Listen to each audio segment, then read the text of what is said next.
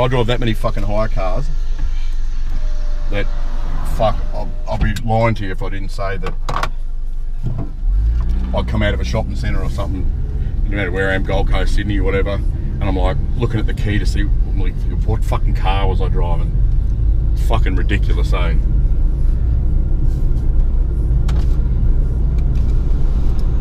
Pressing the alarm button on the unlock lock to find out not where my car is, just which car was the one I was driving, you know? It's out of fucking control. It's far from over. The damage has been done. Tell you this one story, something that I still don't think that I've gotten over to this day.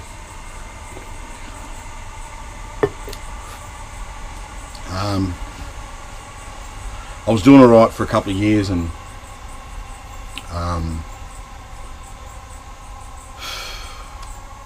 it's hard to talk about, but anyway, I was doing alright for a couple of years, and there was this one mate of mine, sort of met him through some other people. Pretty cool guy, real young though, real young. I think he was about 19 or something at the time. I was like 30, and seemed like a good kid, funny bloke, you know. Everyone fucking, you know, everyone that knew him knew he was a funny bloke, and it wasn't a threat to anyone. Do you sort of know what I mean by that? Like, he wasn't a big bloke, he wasn't like a fighter or any of that sort of stuff. Just a nice kid, really nice kid, you know. And I don't know, I sort of started taking him under my wing, I suppose, you know, and because he was keen to get involved and all this, and I'm just like, man, I remember telling him, you're not cut out for this, eh? It's, bro, you're just going to get destroyed, you know. And he's like, oh, you know, I'm keen to fucking... His father was a grifter. You know what a grifter is? A guy that just rips off people in pubs and... Yeah, okay. You know... Traditional... Bit of a pickpocket, meaning, sort of fucking yeah. stealing hands. When I say pickpocket, I don't want to glamorise his old man, because his old man was fucking horrible at it. He'd walk past the cafe and grab a purse off the back of a chair, like a handbag, and just fuck off up the street. There's not much skill to that, you know. Any fucking idiot can do that.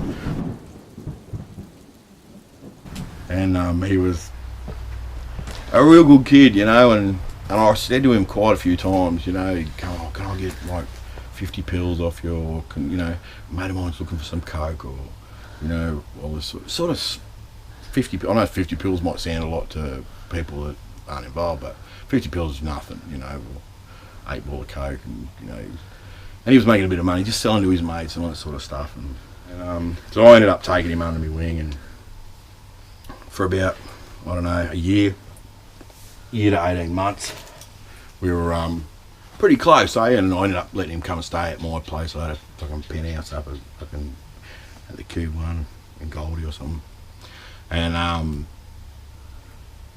he was down. Like I said, yeah, come stay with me, and I started involving him in a few things, but nothing stupid, you know, because I was still, to this day, he just didn't have that. He didn't have enough cunt in him. Do you know what I mean by that? Enough cunt in him. But I didn't know at the time that he had a bit of a gambling problem. Had no fucking idea. And he never had any money. I'm like, fuck man, you've made fucking 30 grand this month. Why haven't you got any fucking money, you know? And when I say he's made, I've made and given him his cut. Do you know what I mean? It's like, you were there by my side, staunch, learning the business. Here's your cut. And he'd be like wide-eyed and, fuck yeah, this is awesome. Hey, when we were having a chat about, you know, put a gun in someone. If I had a gun, I'd shoot him, you know. You just don't have the balls, you know. There's no balls in it. There's no... Man, to me, if you point a gun at someone, shoot them. Because if you don't, they're going to take it as if you had a shot at them, and they're going to shoot you. So you fucking might as well do it. Don't shoot them just once, though. Empty the clip. Alright? But, yeah, so I took him in and got him involved in a few things, and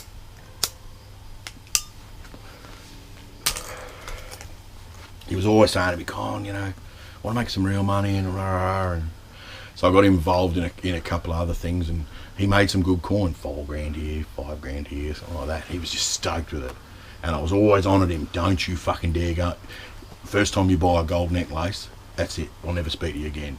You know, first time you go out and fucking start being flashy, it's over, you know. And he was a good kid. He always used to go on about me guns and all that sort of stuff, and so I bought him a I bought him a Walther PPK. Because it's the same gun James Bond uses and all that sort of shit, and I think they're fucking ridiculous. 22 fucking caliber, fucking what the fuck? As if James Bond would have 22 caliber. What the fuck, man? You know, never could understand. Anyway, but he loved these Walther PPKs, and he had a replica one, and I'm like, what the fuck is that? And when he showed me, I bought it at the camping disposals here fucking on the sunny coast, and you know, and I said, yeah, but you realise that if you pull that and the coppers see, they'll shoot you because you got a gun. You got no recourse. You know, if you pull that and someone goes, fuck this, and rushes you, you got nothing. You can throw it at them, that's all you got. I said, fuck you, you wasted your fucking money. Anyway, they had a big laugh over that, and he wanted a Walther PPK. So I've done this other deal where I was buying some guns out of Sydney and brand new Glocks in the box. And there was one Walther PPK in there, in the box, and I'm like, fuck you, what's the chances of finding one of those? There's hundreds of different types of guns. And I'm like, yeah, right, I'll take that at 2. I said, all right, I'll take those 10, but throw in that Walther PPK at that price. And they're like, oh no, fucking rah, rah. And I'm like, who's going to buy a 22 small? He goes, oh, it's compact and it's hideable. And I said, oh well, don't worry about it. I'll go somewhere else. So he's thrown it in. So it cost me nothing. Right. Another mate of mine used to work at a Mr. Minute, you know, one of those keys and engraving and fucking belt clips, and they put the name of your dog on a tag and you put it on there. One of those fucking booths in some shopping centre somewhere. Anyway, so I give him. It come with 2 clips, this Walther, and on the when I was in Africa, my boss used to give me a signal to when things were about to get nasty and to just act, and he would say, go loud. And to go loud means go, you know, take them out or fucking act on our already discussed plan to say. And I told Dave about, did I call him David? Is that what I called him before? David? Yeah, right. This young bloke, call him David. Yeah, I told him, I'll tell him a couple of stories about Africa and this go loud thing, and fuck man, he used to just love it, eh? Like we'd be someplace or whatever, and there'd be a big fight, it'd be about to break out, and I'd say, right, let's go loud, and we'd go in and clean them up and then walk away laughing and whatever. You know, while everyone else is picking up the pieces, we're already gone, and he'd be in the car, you know, his feet up on the dash going, go loud. I knew exactly what was about to happen. It was fucking unreal, and just going off, and I'd be just looking at him like, you fucking idiot, but still funny, you know, I love the little cunt. Anyway, so I give him this gun, and I had it in a wooden box. They come in like a foam tray, and it's like I'm running an iPod, so it doesn't come in a wooden box. No guns do, eh? People are like, oh look here, I bought you this nickel gun, and open it up. It's a wooden mahogany box with bullets stuck into beautiful neat holes and spare clips, and I present you with it. Fuck off! Nothing happens like that. Anyway, so I had this wooden cigar box and some of that memory foam you buy for camera cases, and you take out the little squares and you can make it the right size. So I made it look fucking cool, you know, James Bondy for him. Yeah. You know, love the little cunt. The movie thing. Yeah, you know, I knew it just would have blown his mind, you know. Anyway, so I give it to him, and he was fucking over the moon, and oh, can we go shoot it, and fucking rah rah. And so I said, yeah, we'll go on Sunday, we'll go out on my mate's property, and we'll go and fucking shoot some shit. And took up a fucking 500 rounds or something, and we took up a heap of me guns, and we took his Walther, and he's fucking happy as a pig and shit. This is about 2 months before. Anyway, 2 months later, he got this stupid gambling debt. I knew nothing about it. And it was to, let's say, a prominent Italian family in Brisbane. And yeah, I knew nothing about it. And anyway, and he only knew them through me. And I mean, to their respect and all that sort of stuff, they didn't tell me or any of that sort of stuff, because it's, you know, man's a man, and your man looks after his own shit, and you don't fall off the coattails of anyone else, you know. You shake a hand, you fucking made a bond, you know. And anyway, so I was short on cash, and I needed 30 grand to get this 70 grand for the 2 nights, 2 days, 48 hours in this pill press. So I'm righto, okay, cool, yep, got everything fucking ready to go. And I went and saw my mate, this Italian family, prominent family, and told him what I was doing. I said, you know, we've done a lot of business together, and I just wondered if I could make a quick loan, you know, 30 grand, give you back 45 grand in 5 days. Not a problem, because I'd always dealt in cash. I'd always, if he had a product, I'd turn up with the cash. There was never any dramas, and I'd had this relationship with this family. I keep going to say it, but yeah, over this family for probably 5 years or something. Great sort of relationship. Anyway, so I got this money, put my 40 grand plus that money in a leather fucking bag, like a leather duffel bag, little sort of overnight bag, and took David with me to go and meet these guys for the pill press that I knew vaguely of, but had been set up through someone else. Anyway, so we go up, and it's in this fucking down near the wharfs there in Kangaroo Point there, and they're doing a lot of fucking construction and shit, and we're on this construction site, full out of the movie shit, and I'm walking along, there's no fucking dramas or whatever, and I got this 70 grand in this bag, and Dave and I are walking up, and I'm thinking, something doesn't seem right, you know, and I see these 2 guys get out of a car where we were supposed to meet, and I'm like, they don't look like the guys that we're supposed to meet. So I sort of slowed down, and I started to scan the rest of the place we were in. And because it was a big building site, I hear this sound of metal, and the next thing you know, I have this searing pain in the back of my head, and then that's all I remember. Anyway, this was about 8:30 at night when I got hit in the back of the head. I got hit hard, fucking hard. Still got fucking big scar on the back of my head, like 7 stitches or something in the back of my head. And so I'm out cold, not a clue what's going on. About I think it must have been about 9:30 or something in the morning.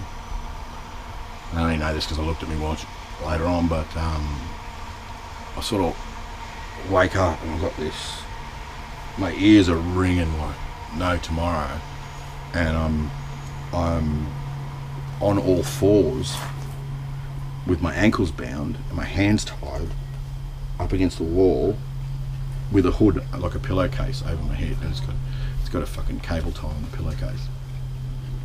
And what woke me up was I felt this water in my eye, and I could hardly open my eyes. It was dark, and I was like flipping out, thinking, what the fuck is going on here, you know? Managed to roll over onto my side and to get my hands up and grab the pillowcase, tried to pull it down, and pulled it out and got it out from the cable tie, and I'm like, rubbed up against my eye like that, and I'm looking at my eye, I could hardly open this eye, and it was just blood everywhere, and that's what had woken me up, the warm blood in my eyes, you know. Anyway, so I fucking ended up fucking snapping the cable ties. They weren't real thick cable ties on my hands. The ones on my ankle, I ended up getting those off. And I'm just stressing like a bastard. I'm worried about David, like, fuck, what's happened to David? I'm looking around, and I'm in this dark, very small room, and I'm like pitch dark almost. And I'm like, fuck it, I'm looking around for David, and I'm full concern, like, fuck, what's happened to Dave, you know? And nothing, and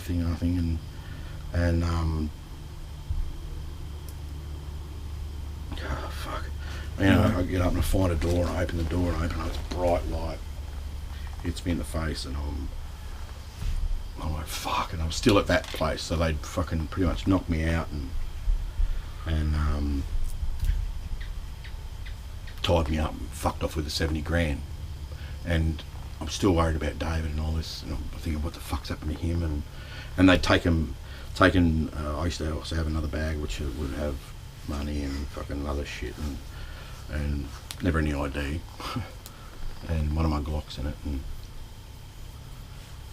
that was gone, and I was stressing about it, and fucking walked out, and my car was gone, the hire car was gone, and thinking, fuck, and I've got no phone and no nothing, and who remembers phone numbers nowadays, because it's all in your mobile phones and shit like that. And So I ended up walking for kilometres, and I went to a mate's, sort of a mate's place, who was one of these mates coming at party with us, but he never really got really involved. I went to his place, and his missus is a veterinary nurse, and she fucking sorted out my head, and she was there, and they freaked out. I was really apologetic and just wanted to get myself looking not like a car accident victim, so that I could make and just go somewhere where someone's not going to see me and freak out and call the cops, and get myself somewhere where I could figure out my next move. And he had a phone number of a mate of mine, and he rang that mate, and that mate came and got me, and I was really apologetic and fucking hated going there, because put someone in a situation like it's fucked, you know, this whole time. But still, the whole time, I'm worried to death about David, because he's nowhere to be seen. And, you know, fuck, I'm stressing out. Anyway, I'll get home, and I'm fucking get one of my other phones, and sorting shit out, and I'm like, oh, fuck. I had a shower. You know, I think, well, I better ring old mate that I borrowed this money off and let him know, because honesty's the biggest thing. This is what's happened. Get a plan together first, how I'm going to sort it out. And anyway, so I sat there for half an hour or whatever and figured out how I'd sort it out and get the money back to him, because I'd lost that money and I'd lost the product, and I'd lost. So anyway, so I think fuck it, I went to bed. The next day about 10 a.m. I ring up old mate, someone who talks to old mate, because you never ring him. And I said, I just need to get some shirts dry cleaned. And he's like, yeah, no worries, mate. We'll give you a call back. And give me a call back, and we organised to catch up at the normal place. We caught up at the normal place and told old mate, not the main guy, but told old mate that I needed to see him about there's been a problem with the money, and I want to deal with it now, you know. And he's like, yeah, cool. So verbally we decide, all right, how we're going to go and meet, and where we're going to meet, and all that sort of shit. Nothing on the phone, nothing on computers, nothing fucking, you know. Anyway, so I turn up, and he goes, right, I'll come and see me. I told him that I was also really worried about David and exactly what had gone on and stuff like that. And so I meet up with old mate, and I said, look, I've been dealing with you for 5 years. I want to start by apologising. I've never done anything like this before. I've got a squeaky clean, polished name with you, and I have nothing but respect for you, and I'll move the moon and the stars to get you your money. Not out of fear for myself, even though he could turn and rub me out like that, but more to keep that respect line going.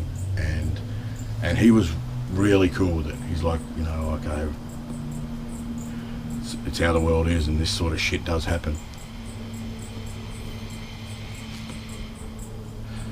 And I explained to him how I was really worried about David and all that. And he goes, look, he'll get his people to go have a look around and see what goes on, and that he'd call me on the Thursday or the Friday or something like that. Someone would call me on Thursday or Friday. Anyway, he said not to worry about it, we'll give it a week, put the feelers out, see what goes on, and because I'd only borrowed the money for 5 days or whatever. But he said, look, we'll give it a week, and then we'll revisit it and sort out how we can sort it out. So in a way, I was quite chuffed, quite happy the fact that he still had this respect for me, that he was taking it seriously, like it was a business thing that had gone off, and it wasn't like me fucking, that he didn't believe I'd fucked him. Because if he believed that, I would not be sitting here. You know, I know it's only 30 grand, but it costs 15 grand to have someone rubbed. Everyone knows that, you know. And I get a phone call Friday morning from my old mate saying that my shirts are ready, and I knew where to be at what time. Come and pick them up at fucking 11:30 or whatever it was, 12:30 or I can't remember. And so I knew where to go. You just need to tell me a time so that nothing's ever on the phone. And so I go there and I catch up with him, and he brings me. I've never been to this place before, and I've walked in and there's plastic everywhere and stuff. Not like Dexter sort of plastic, but it was, someone was renovating a house. And as soon as I've seen, there was plastic hanging down over the garage as we walked in, and between the garage and the house. And as soon as I've seen that, I'm not going to lie to you, I did sit there and go, fuck. I honestly did. I was like, oh no. Like, fuck, I came out of respect with I wasn't tooled up. It was just me, no wallet, no phone, no anything. You know, just had a car key, you know, and I left that on the bench as we walked in, in the workbench in the garage and walked in. So my heart was going a bit fucking rah. Anyway, walked in and I've come up and seen old mate, and I've been led to old mate, and he said, look, he goes, that he's put the feelers out, and he's found out a bit of information that I want to hear. And I was on edge as all hell. And he goes, you seem a little bit edgy. And I'm like, yeah, I see you're doing a little bit of renovations. And he goes, and he said to me, honestly, he looked at me in the eye and he laughed and went, I never really thought about that. I'm really sorry. No, we're all good. And I'm like, even though he said that and laughed, it did make me feel a little bit good, but still I was on edge. Because like, oh yeah, because I mean, you're going to be a smiling assassin. If you're going to do something, you're not going to go, oh no, relax, man, relax. Yeah, just sit here next to the trapdoor, you know. Fuck that. So I was on edge. But anyway, and he goes, we found the lads. And I was like, oh, thank God. I'm like, fuck, because that's also giving a little bit of credibility to my story, you know. And the guys that were hiring me the press, these guys work for him. All right. And he goes, did I realise? He goes, yep, and they've been dealt with. And I'm like, cool, never ask any questions. Doesn't matter, even if he only just fucking taxed them a lot of money or sent them out of town or got rid of them or whatever, you never ask. So I'm just like, well, that's fantastic, that's awesome. But my immediate thought, which is a little bit cold, was I wonder how much that's going to cost me. If it's 15 grand each, that's another 30 grand I'm going to owe him, you know, which is a bit crazy, but that's how your mind works. And he goes, but I need to tell you something else. And he goes, I'm talking a little bit out of school here. And he goes, but I think this situation warrants it. And I'm like, okay. And I'm thinking, fuck, where's this going? And he says, David, yeah, that's what we call him, David had a debt to him, a big debt to him. And this sounds a little bit crazy, but immediately I thought for a split second that old mate had organised this to happen, to get that money that David owed to do me over. So I was like, and he goes, no, it's not what you think. He goes, he had some very bad gambling debts owed to me, and that he had been given a date. And when you get told that you're given a date, that's when you pay by. You know, it's like, oh, where's old mate? Well, you probably won't see him for a while because he's been given a date. In other words, he's going to be off the radar selling everything he's got to get the money. As soon as you get a date, you know that's your day. You know, make it happen. It can be a very special day or it can be a really fucking shit day. And I'm like, oh my God. And he goes, the guys that we talked to